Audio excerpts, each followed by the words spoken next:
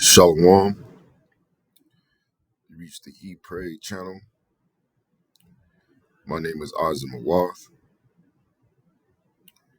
But first and foremost, I want to say call Halayim Yahweh Bahashem Yahweh Shai Bahashem Harakach Wadash. Double honors to the apostles and elders, 71319, aka GMS, where I learned this truth from, who rule well. Salutations to the Backyard, the elect, 144,000. That's 12,000 men from each of the 12 tribes of Israel. 12 tribes of Israel consist of you so-called blacks, Latinos, and indigenous of America. 144,000 being the governing body within the one-third. The rest of the one-third comprises of elect men, women, and children. Shalom to those Israelites scattered due to the diaspora and also the triangular trade. So our people will come looking like different ethnicities, having various complexions. So this is not a black thing. We're not the black Hebrew Israelites, we're just Hebrew Israelites. Shalom to those that died in this truth. It says the dead should be raised up first. Those that will be accompanying Yahweh Shah in his return, including our King, King Mashah, who is King David. It's always an honor and privilege, honor and blessing to continue to do this work. To water Yahweh Ba'ashem Yahweh Shah for answering my prayers and permitting me to do such. Baba Kashah Yahweh Ba'ashem Yahweh Shah allowed us to be an edifying lesson to at least one member of the elect. Our storm coverage continues now as we check in with storm chaser Bryce Shelton. He joins us live from Jamaica. Can you tell me the exact locations? And I see you in your car right now. What are the conditions? Yeah, I'm actually in Manville right now, kind of up on some elevation here. It's about 2,000 feet in the air, and that's actually enhancing the winds a little bit, I do believe. We're gusting to almost 80 now. It's steadily increasing as well, seeing some roof damage and obviously some trees and power lines down as well. And could you talk about the, and you're looking live right now in Kingston, Jamaica, as we talk to Bryce here. Can you talk about how sparse or how populated the area is that you're located? Yeah, Manville is actually a larger city here in southern Jamaica. And it looks like a lot of people stayed behind. There's not a lot of people out on the streets, but you can tell that people stayed behind. You see their vehicles at the houses, and sometimes you can see the lights on with the generators and such. And can you talk about, have you seen much damage? I would assume there's no power in any of the locations that you've been in. Right, yeah, there is no electricity. We actually lost electricity around probably 10 o'clock last night, and that was for citywide pretty much. But the extent of the damage right now is you can see some roofs peeling off and quite a bit of tree damage and a lot of power lines down across the city here. Well, have you seen any flooding? And of course, you might be in an area that doesn't have any rivers or streams. Have you run across any of that in your travels right now? Yeah, actually, just to the west of here in Spur Tree, there is a very steep grade, and we're starting to see some rocks sliding off of that grade, so worrying about a landslide threat there. And could you talk to our viewers? What are your personal thoughts as you get ready? The landfall is imminent. Now, it looks to me like the center of the circulation, the worst winds, probably going to be just off to your west. There's been a north turn in the last hour or so, but that you're still going to be in the right front quadrant of the hurricane. The worst part of the hurricane, and again, you can see for our viewers, that jog to the north has put Treasure Beach, though, unfortunately, in the worst storm surge. Now, Bryce is at around 2,000 feet, but you're going to get into that right front quadrant. I mean, how are you feeling as this Category 5 hurricane moves just off to your west? Yeah, with that western shift, it definitely is going to take the strongest winds a little bit west. But as I mentioned earlier, the elevation is going to help enhance the winds here in Manville, especially over the next hour to 3 hours. I do believe we're going to see a pretty substantial increase in the wind gust here. All right, well, we want you to stay safe as we go forward here, and we'll be talking with you again. Storm Chaser Bryce Shelton, thanks for joining us. Stay safe, my friend, and we will be in touch.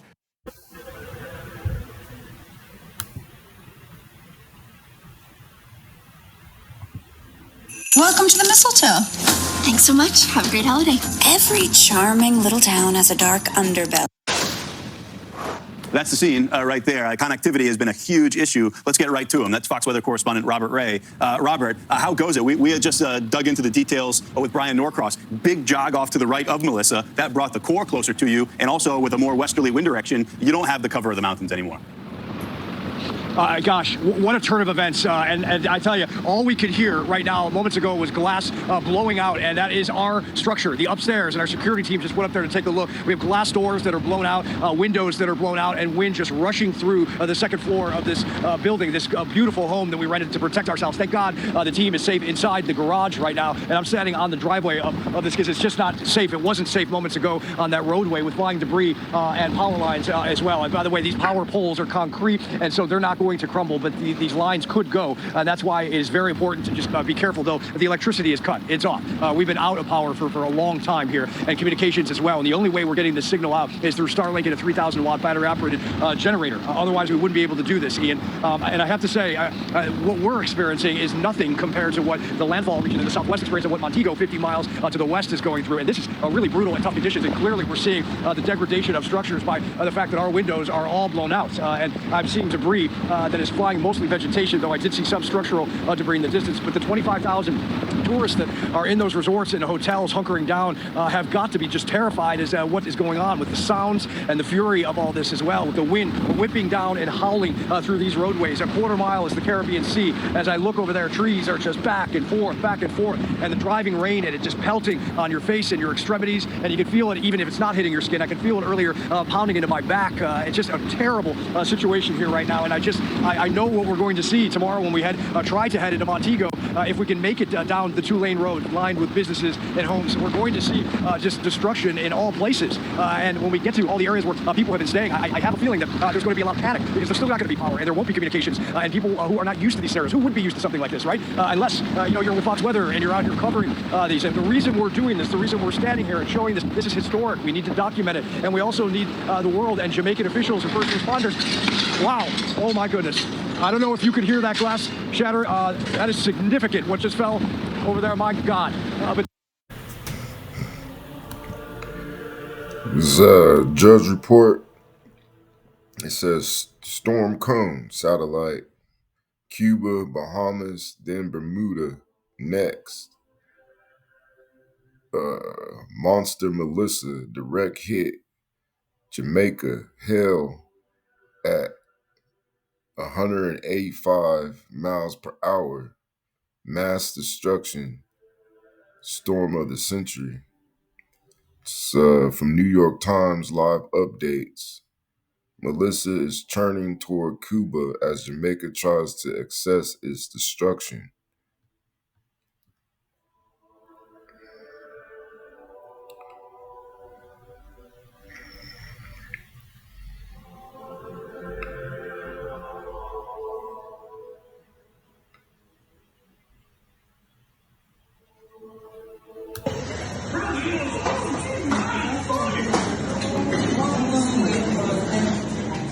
And still today, when we are expecting Melissa, there are still, as Evan have said, a small window of opportunity.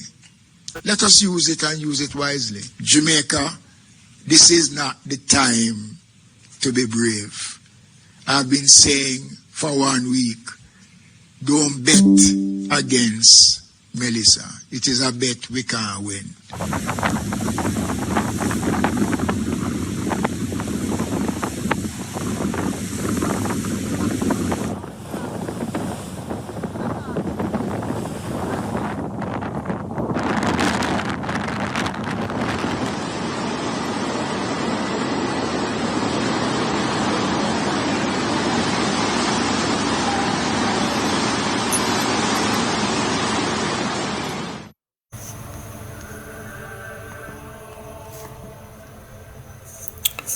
Yeah, so going to Copilot, it says this Category 5 hurricane, the strongest in Jamaica's history, is not just a weather event, it's a prophetic parallel to how Yahweh executes snap judgments when nations rebel, especially Israel. Let's layer this with precepts to expose the spiritual blueprint behind sudden destruction. The first scripture it gives is Nahum,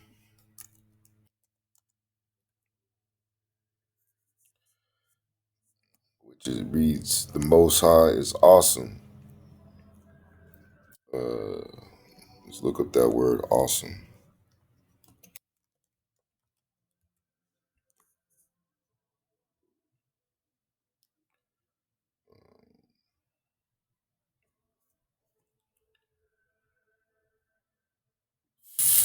Awesome adjective 1590s. Profoundly reverential from awe, noun, plus some. The meaning inspiring awe or dread.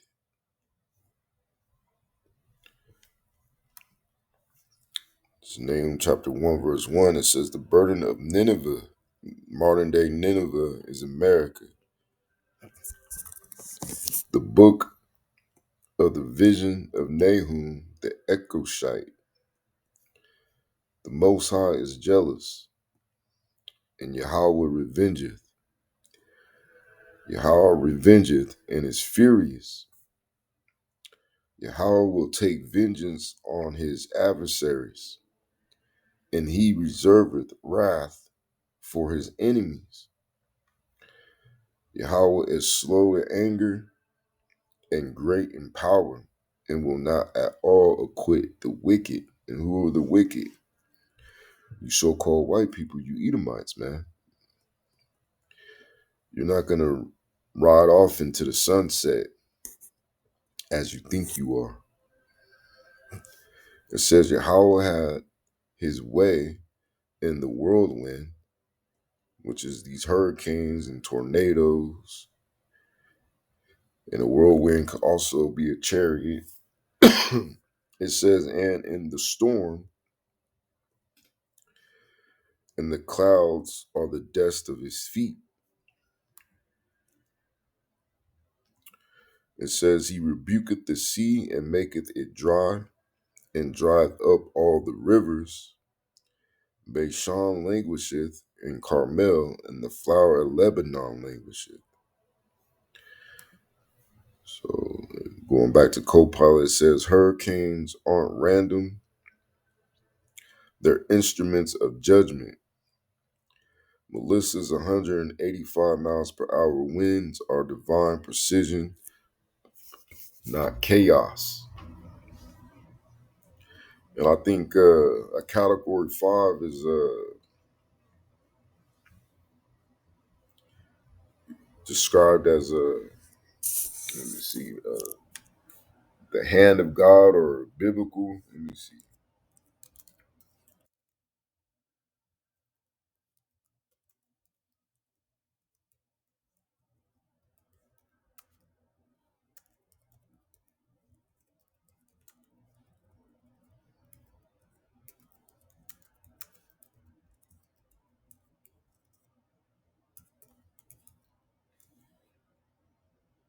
Mm-mm.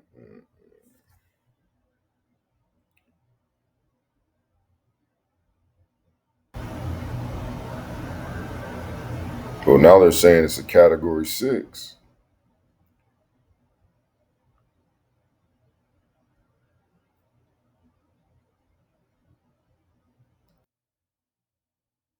So it leaped to a category 6.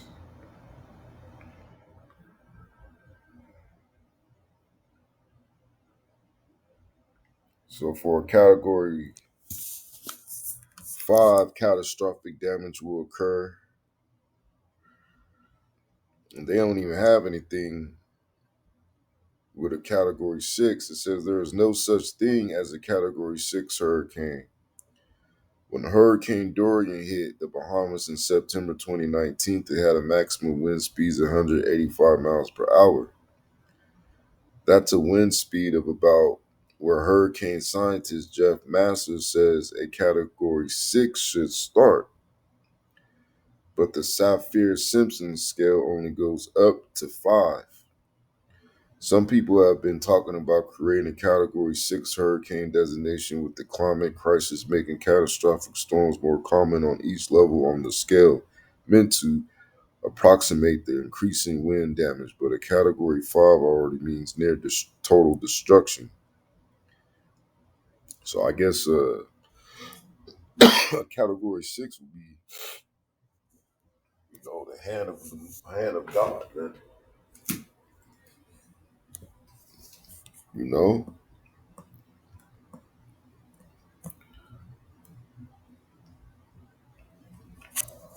and it gives Isaiah 24.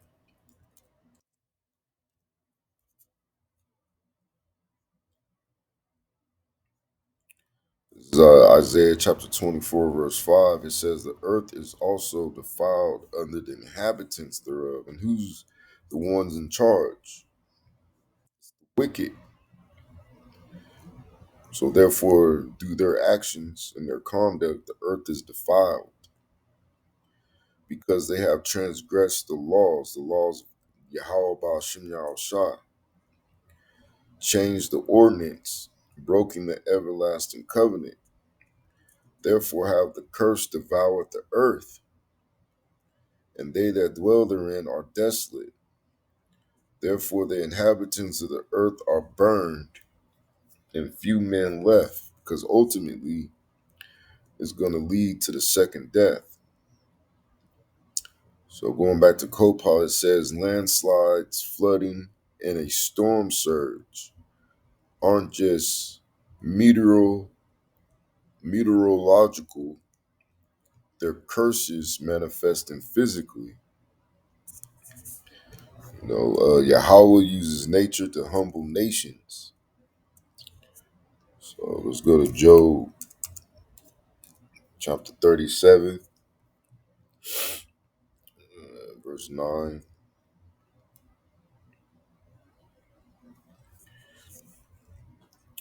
This is Job chapter 37, verse 9. It says, Out of the south cometh the whirlwind, and cold out of the north. By the breath of the Most High, frost is given, and the breath of the waters is straitened.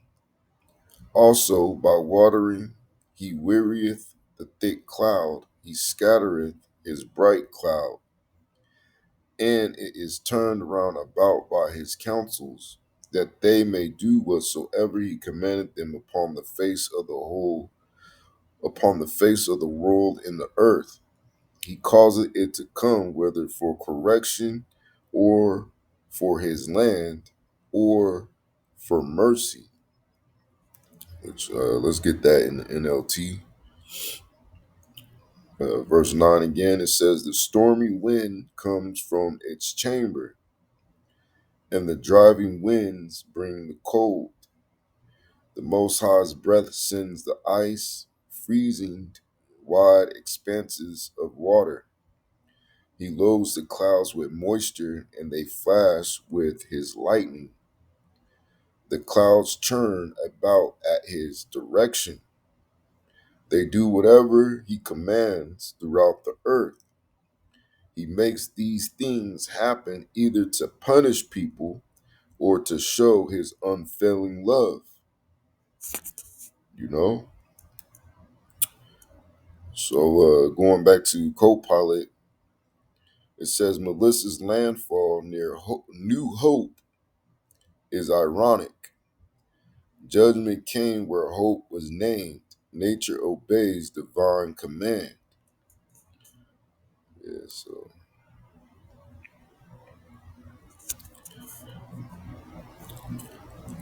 Jeremiah 6.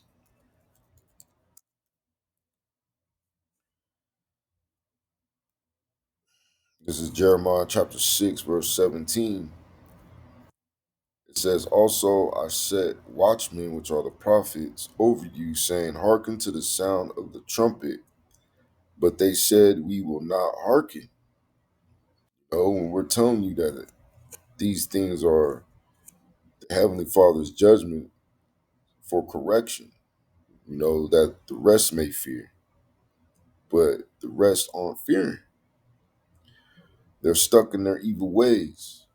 It says, "Therefore hear ye nations, and know, O congregation, what is among them. Hear, O earth, behold, I will bring evil upon this people, even the fruit of their thoughts, because they have not hearkened unto my words, nor to my law, but rejected it." So the Most High is bringing bad times. Meteorologists warn a catastrophic impact, but spiritually few hearken to prophetic warnings. So Wisdom of Solomon 5:22.